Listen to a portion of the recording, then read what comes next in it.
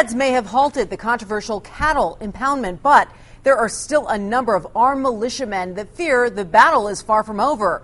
Meantime, serious questions remain about how this showdown will affect other ranchers who followed the law.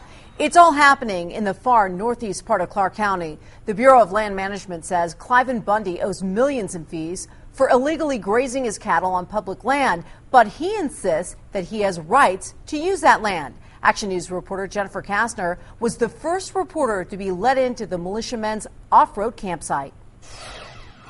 Behind us here is the main campsite for protesters, but about a mile down the way, up into the hills and down a dirt road is where the militiamen are camped out. Tonight they invited us into their camp for a prayer service. They tell us they are willing to defend Bundy and his family by whatever means necessary. Monday at dusk, these self-proclaimed freedom-fighting militiamen were led in prayer. I thank God, and I mean this with all of my heart, I thank God there was no bloodshed here this week. Praise God. Their camp is tucked away near Cliven Bundy's ranch. Their security team tells Action News around 100 armed men are positioned around the land, ready to take defense in the event that there's an attack by authorities. Earlier in the day, Senator Dean Heller reiterated that these men should return home. But when asked how the government should proceed with the Bundy situation, he remained vague. I don't have the answer right now because it just happened this weekend, but I'm going to assess that.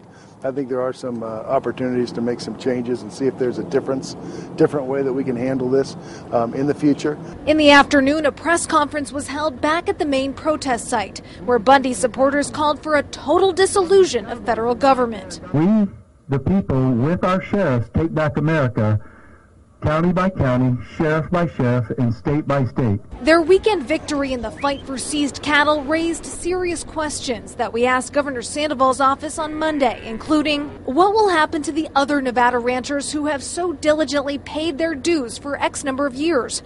Will they now be paid back? Can the situation be made fair? The governor's office would not address those concerns that several locals have voiced. Today and tonight, there have been no signs of the BLM out here. We tried to get a hold of them to find out what's next, but our calls were not returned. We'll continue trying to get a hold of them. Reporting in Bunkerville, Jennifer Kastner, Channel 13 Action News. Jennifer, thank you. And several officials are speaking out on this issue that's been going on for more than a week now.